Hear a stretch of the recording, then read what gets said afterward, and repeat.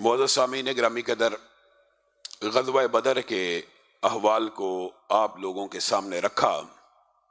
غزوہ بدر کی ایک اطلاع مسلمانوں کو ملی اور ایک اطلاع کافروں کو ملی۔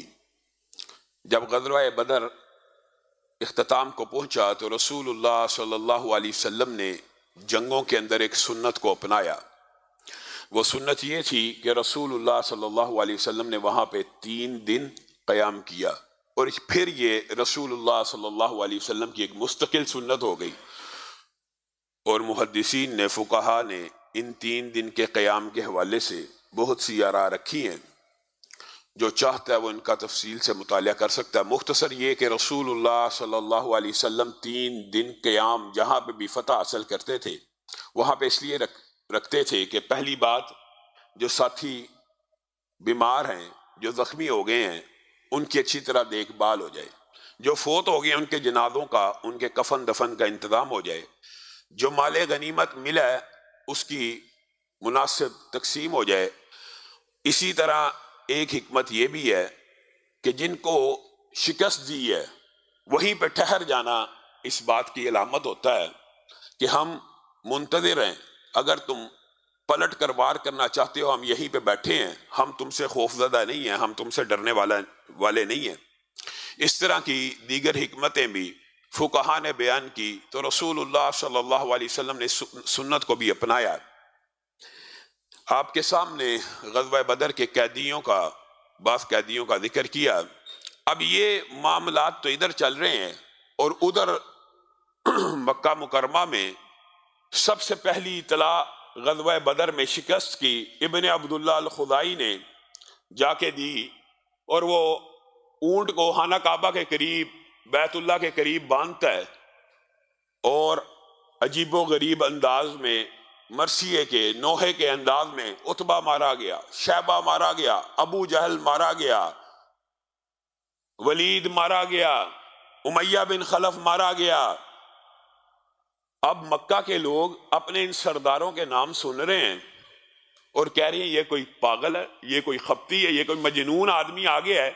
صفوان بن امیہ جنہوں نے ابھی اسلام کو قبول نہیں کیا، خانہ کعبہ حتیم کے قریب بیٹھے ہیں، کہنے لگے اس سے پوچھ، امیہ کے بارے میں بھی کہتا مارے گئے ہیں، یہ جو صفوان ہے کیا یہ بھی مارا گیا؟ اگر یہ کہے گا مارا گیا ہے تو ہم سمجھ لیں گے کہ اس کی عقل کے اوپر نشے نے غلبہ کیا ہے یا محبوط الحواس ہو گیا ہے۔ انہوں نے کہا صفوان کا کیا بنا؟ کہا صفوان کا کیا پوچھتے ہو، وہ تو سامنے بیٹھا ہے۔ یہ بات سن کے پورے قریش مکہ کے اوپر سکتہ طاری ہو گیا، ایک عجیب سی کیفیت یقین نہ آنے والی۔ اتنی دیر میں دیگر رؤسا اور سردار بھی آ رہے ہیں۔ باب یہ بھی طویل ہے، مختصر کر کے آپ کے سامنے رکھتا ہوں۔ ابو سفیان بھی آئے، ابھی انہوں نے بھی اسلام کو قبول نہیں کیا ہوا۔ ابو لہب کہنے لگا یہ جو میرا بھتیجا آ رہا ہے نا، یہ اس سے صحیح انفارمیشن ملے گی، سچی بات تو یہ بتلائے گا کہ اصل میں ہوا کیا۔ ابو لہب نے ابو سفیان کو قریب بلا کے پوچھا بھتیجے یہ جو خبریں آ رہی ہیں کیا یہ درست ہیں؟ ابو سفیان کہنے لگے ابو لہب کیا بات کرتے ہو، خبریں تو ایسی عجیب ہیں کہ تم حیران رہ جاؤ۔ جنگ ہونا، مقابلہ ہونا تو عجیب بات ہے، اچنبے کی بات ہے۔ ابھی جنگ شروع ہوئی تھی اور مسلمان جیسے چاہتے تھے ہمیں مارتے تھے، اور میں اپنے ساتھیوں کی بہادری کے اوپر کوئی گلہ اور شکوہ نہیں کرتا۔ ہمارے مد مقابل کچھ ایسے لوگ آسمان سے اترے تھے جنہوں نے سفید رنگ کے کپڑے پہنے ہوئے تھے، چتکبرے گھوڑے ان کے پاس تھے۔ یہ ابو سفیان ایک مرتبہ پہلے بھی آپ کے سامنے ان کا واقعہ رکھا کہ ابھی اسلام قبول نہیں کیا، سچ بولتے تھے، سچے تھے۔ اس کے سامنے بھی جب ہجرت ہوئی وہاں پہ بھی سچ بولا، یہاں پہ بھی ابو لہب سے سچ بول رہے ہیں۔ عجیب و غریب مخلوق آسمان سے نازل ہوئی، جیسے چاہتی تھی باندھ کر پکڑ کر۔ میں اپنے ساتھیوں کی بہادری کے اوپر کوئی شک و شبہ نہیں کرتا۔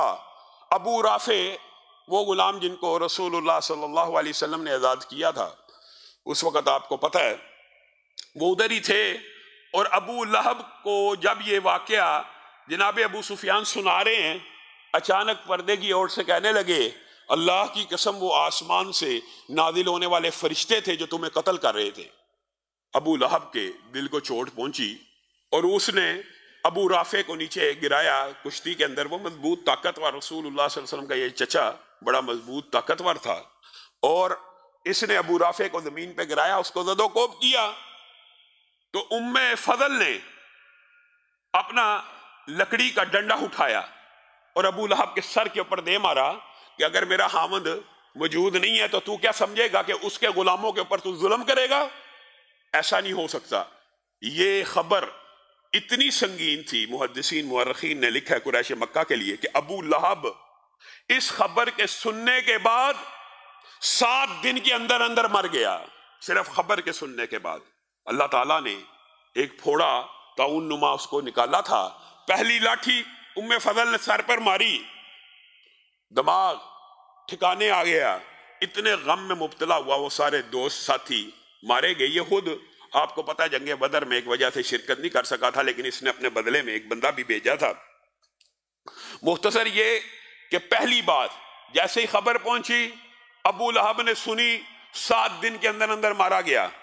اور وہاں پہ مدینہ کے اندر بھی ایک عجیب بات ہوئی، ادھر ابو لہب 7 دن اس خبر کو برداشت نہ کر سکا، ادھر عبداللہ ابن ابی جو آج تک اعلانیہ اسلام قبول نہیں تھا کرتا، جیسے یہ خبر سنی اسلام کو قبول کر لیا۔ یہ ایک لمبا چوڑا باب ہے، وقت آئے گا انشاءاللہ اس حوالے سے بھی اگر وقت ملا آپ کے سامنے رکھیں گے۔ تو مسلمانوں کے یہ 2 دشمن، ایک نے ظاہری طور پہ اسلام قبول کر لیا اور ایک بدر میں قتل نہ ہونے کے باوجود اللہ کے ہاتھوں قتل ہو گیا۔ اب صفوان بن امیہ، آپ بتائیں اس کا والد، اس وقت انہوں نے ابھی اسلام قبول نہیں تھا کیا، امیہ بن خلف مارا گیا، ولید مارا گیا۔ صفوان ایک مرتبہ خانہ کعبہ میں بیٹھا ہوا ہے، یہ انہی دنوں کی بات ہے، عمیر بن وہب کے ساتھ گفتگو کر رہا ہے، اور عمیر بن وہب انہوں نے بھی ابھی اسلام کو قبول نہیں کیا، اور آپ کو پتہ یہ قریش کے اندر بڑے ایک لقب سے مشہور تھے کہ جس کو ہم سمجھتے ہیں کہ صحابہ کے بارے میں چاہے قبل الاسلام ہو ایسی بات نہیں کہنی چاہیے، یعنی بہت زیادہ مشہور تھے کہ شاطر ہیں، تیز ہیں۔ اور یہی ہیں وہ جنہوں نے، آپ کے علم میں ہوگا کہ بدر کے شرکاء کی تعداد قریش مکہ کو بتائی تھی، اور خود بھی بدر کے مارکے میں شریک ہوئے تھے۔ صفوان ان سے کہنے لگا اب جینے کا کیا مزہ، باپ بھی مارا گیا، بھائی بھی دنیا سے چلا گیا، وہ جو ساتھی تھے، وہ جو مجلسیں تھیں، وہ جو یہاں پہ لگا کرتی تھیں، عتبہ، شیبہ، ابو جہل، اب جینے کا کوئی لطف نہیں رہا، زندگی بیکار سی محسوس ہوتی ہے، اور دل میں انتقام ہے، انتقام کی آگ جل رہی ہے۔ عمیر بن وہب نے اسی وقت موقع غنیمت جانا اور کہنے لگے کہ صفوان، یہ جو آگ ہے اس کو میں ٹھنڈا کر سکتا ہوں، لیکن میرے پاس وسائل موجود نہیں ہیں۔ اگر مجھے اپنے بیوی بچوں کے فقر و فاقے کا اندیشہ نہ ہو، اور وہ جو قرضے میں نے لوگوں کے ادا کرنے ہیں اگر مجھے ان کا ڈر نہ ہو، تو نعوذ باللہ ثم نعوذ باللہ میں محمد صلی اللہ علیہ وسلم کا سر قلم کر سکتا ہوں۔ صفوان نے کہا کیا تو سچ کہتا ہے؟ کہا میرے پاس مدینہ جانے کی ایک وجہ ہے، میرا اپنا بیٹا وہب بھی، ان کا بیٹا وہب بھی بدر کے قیدیوں میں شامل تھا، میں اس کو چھڑانے کے لیے جاؤں گا، لوگ جا رہے ہیں قیدیوں کو چھڑا کے لا رہے ہیں، میں بھی جاؤں گا قیدیوں کو چھڑانے کے لیے، جب موقع پاؤں گا معاذ اللہ ثم معاذ اللہ رسول اللہ صلی اللہ علیہ وسلم پہ حملہ کر دوں گا، تیرے کلیجے کو ٹھنڈا کر دوں گا۔ معاہدہ خانہ کعبہ خطیم کے اندر بیٹھ کے طے پا رہا ہے اور ایک دوسرے کے ساتھ پیکٹ کر رہے ہیں۔ صفوان کہنے لگا آج کے بعد تیرا سارا قرضہ میرے ذمے ہے، جو میرے بیوی بچے کھائیں گے تیرے بیوی بچے کھائیں گے، جو میرے بیوی بچے پہنیں گے تیرے بیوی بچے پہنیں گے، بتا کیا کرنا ہے۔ تلوار لایا، زہر کے اندر پوری کی پوری تلوار کو آلودہ کیا، اور صفوان کو کہنے لگا راز میں یہ بات رکھی، میں جاتا ہوں۔ عمیر بن وہب وہاں سے نکلے اور اپنے منصوبے کے اوپر عمل درآمد کرنے کے لیے مدینہ میں پہنچے۔ ابھی مدینہ پہنچے ہیں، حضرت عمر کو اللہ رب العزت نے یہ صلاحیت عطا کی تھی کہ حضرت عمر کسی شخص کے بارے میں جو اندازہ لگاتے تھے 90% بالعموم وہی پورا ہو جاتا تھا۔ حضرت عمر نے عمیر بن وہب کو آتے دیکھا، کہنے لگے اللہ کا دشمن کسی خطرناک ارادے سے لگتا ہے، کسی خطرناک ارادے سے آیا لگتا ہے. اپنے ساتھیوں کو کہا اس کے اوپر نظر رکھنا، یہ قریش کا مشہور شاطر اور شیطان ہے، اور یہ ہے وہ ہے، اس کے اوپر نظر رکھنا. رسول اللہ صلی اللہ علیہ وسلم کو اس کے ساتھ تنہا مت چھوڑنا. حضرت عمر کہتے ہیں رسول اللہ صلی اللہ علیہ وسلم کے دربار میں پیش ہوا، صحابہ ساتھ ہیں. حضرت عمر نے روکنے کی کوشش کی کہ بس تیرا دائرہ کار یہاں ہے، رسول اللہ وہاں اس سے آگے نہیں تو بڑھ سکتا. تلوار گلے میں لٹکائی ہوئی ہے، اسی کو گرفتار کر کے رسول اللہ کے دربار میں پیش کر رہے ہیں. رسول اللہ صلی اللہ علیہ وسلم نے عمر کو کہا چھوڑ دے، اس کو میرے قریب آنے دے. اب عمیر کی بھی دلوں کی دھڑکن بے ترتیب ہونے لگی کہ اب موقع ہے، اسی وقت کام کرنا ہے یا کسی اور موقع کو پانا ہے. رسول اللہ صلی اللہ علیہ وسلم نے عمر کو، صحابہ کو کہا بیٹھ جاؤ، پیچھے ہٹ جاؤ، اس کو براہ راست میرے قریب آنے دو. یہ رسول اللہ صلی اللہ علیہ وسلم کا انداز تبلیغ بھی تھا اور لوگوں کے ساتھ حسن سلوک بھی تھا کہ اپنے دشمن کے ساتھ بھی جب بات کرتے نہایت قریب کر لیا کرتے، نہایت پیار اور محبت سے اس سے گفتگو کرتے تاکہ اس کے دل کے اوپر اثر ہو جائے. عمیر کو بھی کہا قریب آؤ. جب قریب آئے کہنے لگے عمیر کس ارادے سے آئے ہو؟ اللہ کے رسول، اس وقت تو ظاہر ہے ایمان نہیں تھا لایا. رسول اللہ کو مخاطب ہو کے کہنے لگا میرا بیٹا آپ کی قید میں ہے، اس کو چھڑوانے کے لیے آیا ہوں. رسول اللہ صلی اللہ علیہ وسلم مسکرانا شروع ہو گئے. یہ جو گلے میں تلوار لٹکی ہے اس کا کیا؟ عمیر نے بڑا شاطرانہ جواب دیا ان تلواروں نے ہمارے ساتھ کیا اچھا کیا؟ ایک دوسرے کو قتل کیا، ایک دوسرے کے بچوں کو یتیم کیا. ان تلواروں کو اللہ غارت کرے. رسول اللہ صلی اللہ علیہ وسلم پھر مسکرانا شروع ہو گئے. کہا عمیر قریب تو آؤ. قریب جب آگے کہا عمیر تمہیں وہ دن یاد ہے کہ جب تم حتیم میں صفوان کے ساتھ بیٹھے تھے اور ایک معاہدہ کر رہے تھے اور اس تلوار کو تم نے زہر لگایا تھا کہ اس تلوار سے رسول اللہ صلی اللہ علیہ وسلم کی گردن کو اڑا دو گے؟ بس پھر عقل مند کے لیے ایک بات ہی ہدایت کا سبب بن جاتی ہے. وہی عمیر جو قتل کی نیت سے آیا تھا، رسول اللہ صلی اللہ علیہ وسلم کی گفتگو سنی، کہا اشہد انک رسول اللہ، آپ اللہ کے رسول ہیں. کیونکہ روئے زمین کے اوپر اس وقت خانہ کعبہ اور حتیم میں میرے اور صفوان کے علاوہ کوئی نہیں تھا بیٹھا. آپ کو اگر خبر دیا تو اللہ نے دی ہے. اسی وقت اسلام کو قبول کیا. ادھر صفوان مکہ کے اندر یہ بات مشہور کر رہا تھا کہ کچھ دن بعد ایک ایسی خبر آئے گی جس سے تم لوگوں کے کلیجے ٹھنڈے ہو جائیں گے. جب خبر پہنچی کہ چچا داد عمیر نے اسلام کو قبول کر لیا تو قسم کھا لی آج کے بعد میں اس سے کلام نہیں کروں گا. اور حیران رہ گیا یہ کیا معاملہ ہے. یہاں سے لوگ قتل کرنے کی نیت سے جاتے ہیں، وہاں پہ جا کے اسلام قبول کر لیتے ہیں. خیر بات آئی ہے تو یہ بات بھی مکمل کرتا ہوں. یہی وہی صفوان ہیں کہ جنہوں نے، آپ کو پتا فتح مکہ کے اوپر چند سرداروں نے فتح مکہ کے اوپر لشکر سے مقابلہ کیا تھا. اس میں اکرمہ بن ابی جہل اور صفوان بھی شامل تھے اور بعض چند اور قریش مکہ کے سردار تھے. والد اور بھائی جنگ بدر میں مارے گئے تھے، انتقام کی آگ تھی. لیکن جب فتح مکہ کے اوپر شکست وعدے دیکھ لی تو یہ بھی اکرمہ کی طرح یہ بھی بھاگ گئے اور انہوں نے بھاگ کے جدہ میں پناہ لی اور کوشش یہ تھی کہ جو کوئی کشتی آئے گی اس پہ سوار ہو کے جزیرۃ العرب ہی کو چھوڑ دوں گا. اب میرا انجام تو بہت برا ہوگا. ادھر عمیر اس موقع کے اوپر، صفوان کی بات آئی ہے تو اس بات کو مکمل کر رہا ہوں. اس موقع کے اوپر عمیر رسول اللہ صلی اللہ علیہ وسلم کی خدمت میں حاضر ہوئے اور کہنے لگے اتنے بڑے بڑے دشمنوں کو امان مل گئی، اتنے بڑے بڑے دشمنوں کو آپ نے امان دے دی. اور امان کا مطلب یاد رکھیے یہ نہیں ہوتا کہ کوئی اسلام قبول کرے تو اس کی جان بخشی جائے. پہلے بھی آپ کے سامنے رکھا تھا، امان کا مطلب ہوتا تیری جان بخش دی، چاہے تو اسلام قبول کر یا نہ کر تیری جان کو بخش دیا گیا. اب آپ کو پتا یہ ساری زندگی مسلمانوں کے خلاف جنگیں لڑنے والے سردار تھے.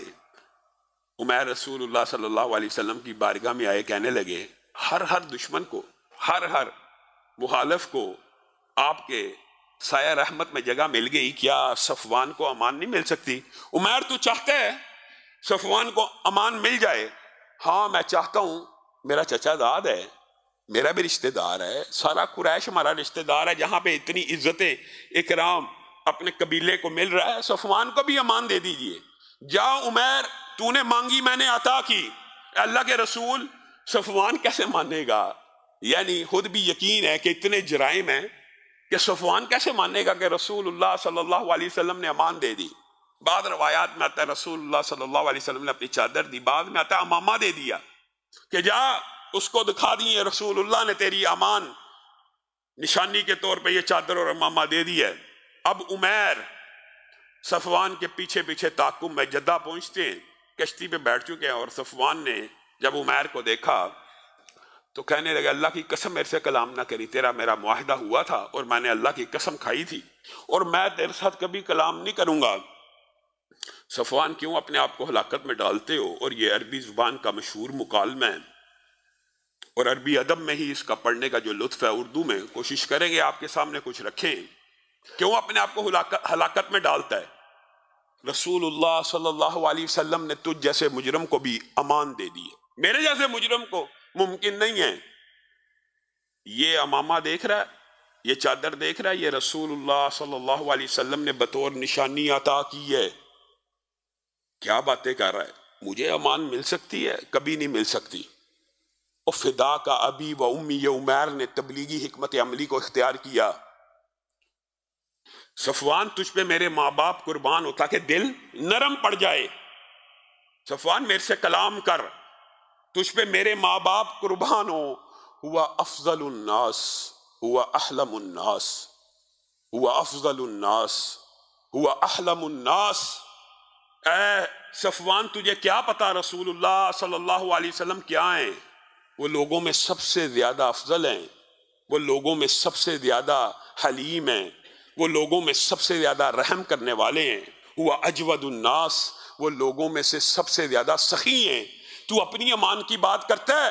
خدا کی قسم اگر تو رسول اللہ صلی اللہ علیہ وسلم کی سایہ شفقت میں آ جائے، تجھے پتہ ہی نہیں رسول اللہ صلی اللہ علیہ وسلم تیرے ساتھ کیا معاملہ کرے۔ اچھا، عزہ عزک، شرفہ شرفک، ملکہ ملکک، ان کی عزت تیری عزت ہے، تیرے رشتہ دار ہیں، ان کا شرف تیرے لیے باعث شرف ہے، ان کی بادشاہت صفوان تیری بادشاہت ہے۔ تمہیں کس چیز نے دھوکے میں ڈال دیا؟ اپنے ہی قوم اور قبیلے میں پیدا ہونے والے نبی کے خلاف تلواروں کو سونت لیا۔ ان کی عزت قریش کی عزت ہے، ان کا وقار قریش کا وقار ہے۔ صفوان کا کلیجہ اب پسیج رہے، میں ایک شرط کے اوپر تیرے ساتھ چلوں گا کہ تو نے مجھے امان میں رکھنا ہے۔ اگر رسول اللہ صلی اللہ علیہ وسلم تیری بات کی تصدیق کر دیں، انہوں نے مجھے امان دیا، میں رک جاؤں گا، ورنہ میں پھر تو پابند ہے مجھے یہاں پہ واپس چھوڑنے کا۔ ٹھیک ہے چل۔ رسول اللہ صلی اللہ علیہ وسلم کے پاس گیا اور گھوڑے سے نہ اترا، کہنے لگا اے محمد صلی اللہ علیہ وسلم، کیا آپ نے میرے جیسوں کو بھی ازلی دشمنوں کو امان دے دی ہے؟ رسول اللہ نے کہا صفوان نیچے اتر، اللہ کی قسم تو امان میں ہے، کوئی میرا ساتھی تلوار تو دور کی بات ہے تجھے تنکا بھی نہیں لگائے گا۔ اچھا، حیرت زدہ ہو رہ گیا۔ رسول اللہ صلی اللہ علیہ وسلم کی امان پا کے خود بھی حیران ہے، خود بھی ششدر ہے۔ اب رسول اللہ صلی اللہ علیہ وسلم کو علم تھا کہ صفوان کے گھر میں بہت سا اسلحہ بھی پڑا ہے۔ قریش مکہ کا اور اسلحانے کا نگہبان تھا قریش کے سارے ہتھیاروں کا، اور اس کے پاس بہت زیادہ اسلحہ تھا، بہت بڑا سردار تھا۔ رسول اللہ صلی اللہ علیہ وسلم نے کہا صفوان حنین کا مارکا، حنین کے لیے جانا ہے، ہمیں تیرے اسلحے کی ضرورت ہے، کیا ہمیں دے گا؟ کہا اب تو میں آپ کا قیدی ہوں، اب تو میں آپ کی امان میں ہوں، آپ جیسے چاہیں قبضہ بھی کر سکتے ہیں، کیا زبردستی لے رہے ہیں کہ مانگ کے لے رہے ہیں؟ رسول اللہ صلی اللہ علیہ وسلم نے کہا تھا بل آریتن مضمونتن، بلکہ مانگ کے لے رہا ہوں، ادھار لے رہا ہوں، ضمانت کے طور پہ لے رہا ہوں، جو چیز ٹوٹی ہوگی واپس کی جائے گی۔ صفوان کے کلیجے کو چوٹ پہنچی کہ کبھی فاتح بھی چیزیں آریتن لیتے ہیں، کبھی فاتح بھی مانگ کے کوئی چیز لیتے ہیں۔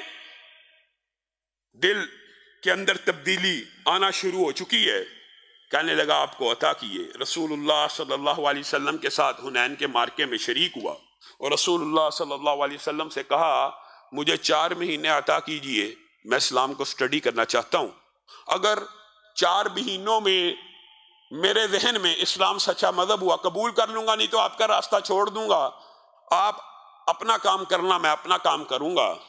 لیکن حنین کی واپسی کے اوپر، حنین کے اندر انہوں نے رسول اللہ صلی اللہ علیہ وسلم کی طرف سے جنگ بھی کی لیکن اسلام قبول نہیں تھا کیا۔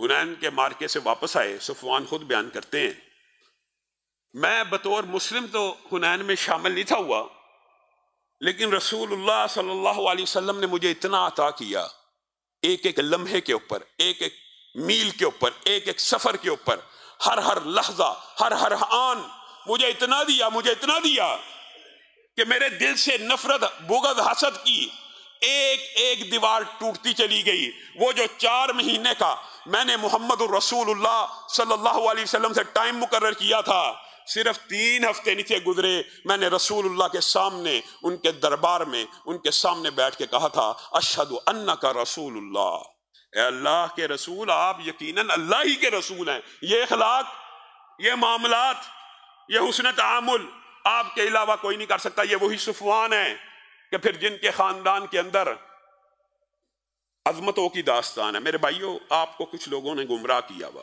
ہاں ٹھیک ہے، ابتدا میں قریش مکہ کے ساتھ رسول اللہ صلی اللہ علیہ وسلم کی جنگیں ہوئی، لیکن انہی سرداروں کے بیٹوں نے رسول اللہ کے ہاتھ کے اوپر اسلام کو قبول کیا، اور پھر جب مکہ پہنچے تو پتہ لگا جس نے ہجرت نہیں کی اس کا کوئی اسلام نہیں، ہجرت کر کے مدینہ آ گئے۔